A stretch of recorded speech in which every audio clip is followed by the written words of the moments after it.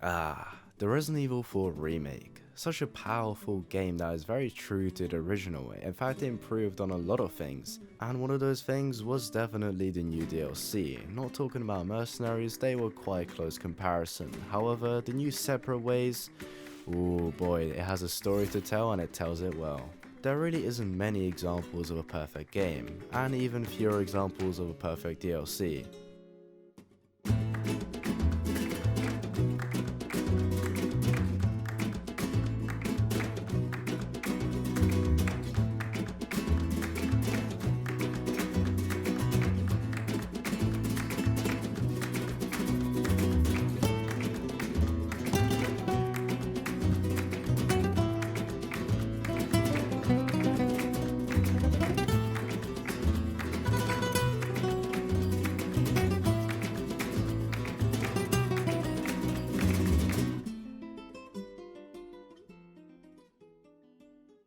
So how about I get started straight away on why exactly this is the perfect DLC, especially for Resident Evil 4. I mean, it has so many improvements on the original. Talking about the remake of Resident Evil 4, not to say at all that it is incomplete, in fact I enjoyed it very much so, all the way from the beginning to the end.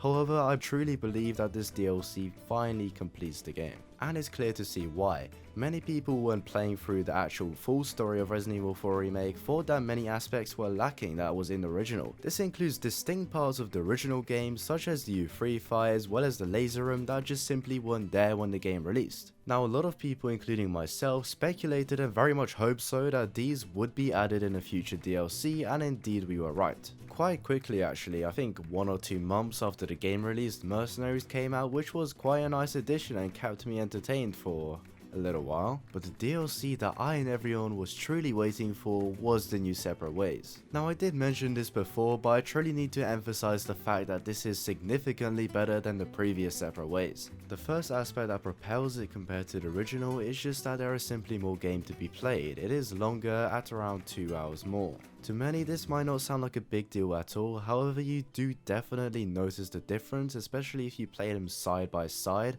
and the quality of the newer one is just so much better and there's actual new content in it. The original took around 3 hours tops to complete, whereas the newer one is 5 hours to 5.5. But let me tell you right now, it did not feel like 5 hours. Believe me, you will truly get your money's worth even at full price. The second point I just mentioned not long ago, the quality of the content is superior. Now the fundamental core gameplay elements of the Resident Evil 4 Remake definitely have a role to play in this. The control of the game has been very much modernized, you can now move around as you shoot, and the movement in general is just so much more fluid compared to the stale stiff of the original. But this wasn't the only improvement Capcom made. I think the introduction of the parry mechanic added so much to the game, spicing up the fights and really adding to the action fast-paced feel. The fact that knives are properly useful this time, as well as the shop providing even more opportunities to upgrade your weapons and to even craft your own heavy grenades and stuff, just adds a whole layer of depth on top of this DLC. Now pairing this along with Ada's slick design and spy-like movements, it creates a deadly combination. Now don't get me wrong, Daddy Leon is good with the ladies and is strong as hell, but what he lacks in style during combat maneuver, Ada Wong most definitely makes up for it. Now whilst the majority of the content was restored for this DLC, there are some little bits and bobs still missing.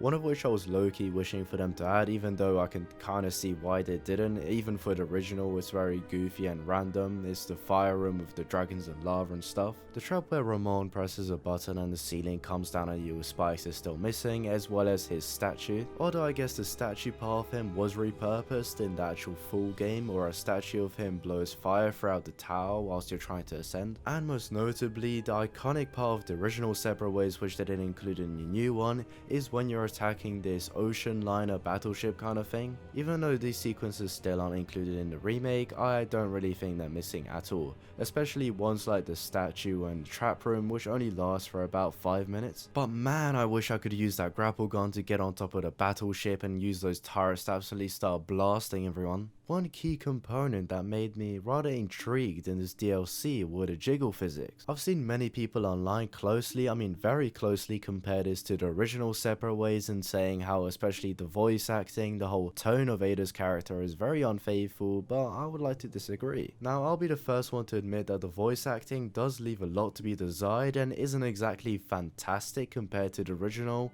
However, I think in general Ada is just a very different character in this. Whilst her overall presence and delivery isn't quite as powerful as before, she is still absolutely an integral part of the narrative that drives the plot forward with Wesker's role. This iteration of Ada Wong is a lot more dark and sleek compared to the other one. There is quite a juxtaposition to be had between Leon and Ada Wong's entrance into the story in this remake. Of course, this is relative to runtime as obviously the main story is going to be significantly longer.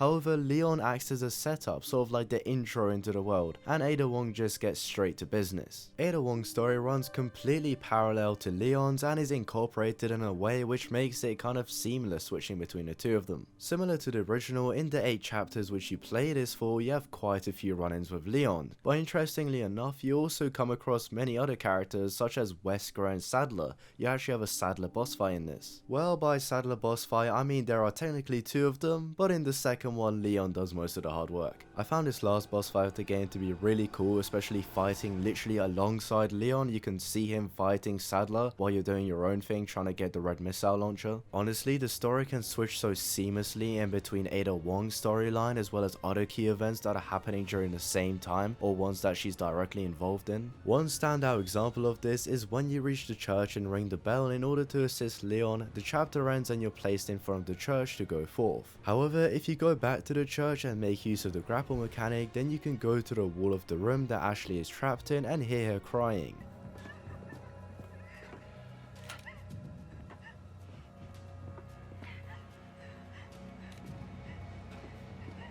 Such a nice touch. Another thing, I particularly liked one of the ways that the grapple gun gets taken advantage of. You can purchase a keychain from the merchant which can be put on the attaché case, which allows you to disarm granados who are using a shield. This helps you to conserve so much ammo and effort, it's unreal. Ada remains an ambiguous character who at first strives to retrieve the amber and hand it to Wesker for a hefty paycheck, but eventually takes more of a liking to the surrounding characters and gives humanity enough ore to refuse Wesker getting possession of the Las Plagas, therefore denying him this very powerful biological weapon, which in turn doesn't really do much as Wesker still gets possession of the Las Plagas, another way in which we see after the credits. Thankfully in this DLC we do get quite a bit of Wesker. I mean, my guy literally comes to the island at some point to speak with us or threaten us, you know, either way, but yeah, we see and hear a lot of him during this DLC. And he has an especially interesting reveal at the end where it turns out he's been on a ship the whole time kind of circling the island. Like the main storyline, for me it personally hits exactly in the right place in terms of balancing out action and horror. Her grapple gun most definitely maintains the fast-paced fights, giving her the ability to perform knockdowns from a far distance and allowing her to bail out of trouble when necessary. Oh yeah, and did I mention you have to fight 1 or 2 regenerators during this DLC? I bet a lot of you are glad to hear that, cause I sure was. I love these guys, yay.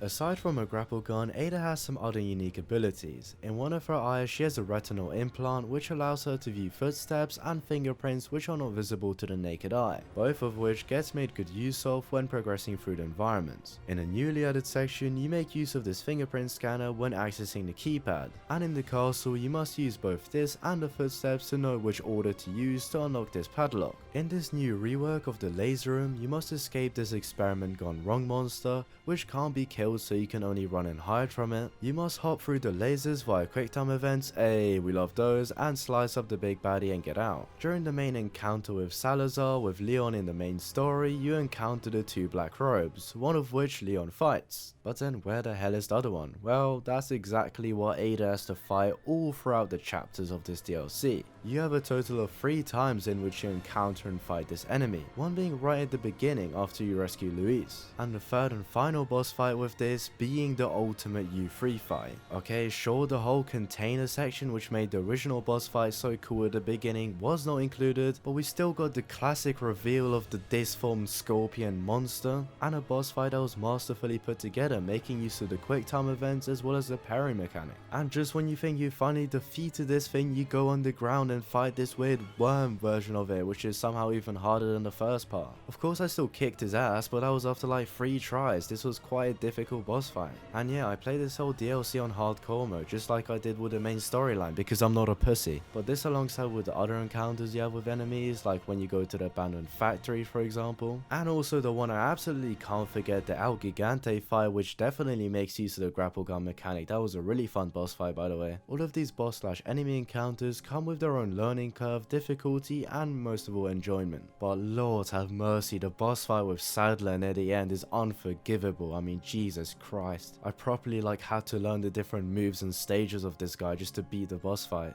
But yeah, well done Capcom for making a borderline perfect DLC for this already really good game. I really do hope you guys enjoyed today's video. If you did, make sure you hit the like button and subscribe. Many of you aren't subscribed. Actually, I think like 0.1 of you are subscribed, so please subscribe. I shall see you guys at a later date, but just before that, goodbye.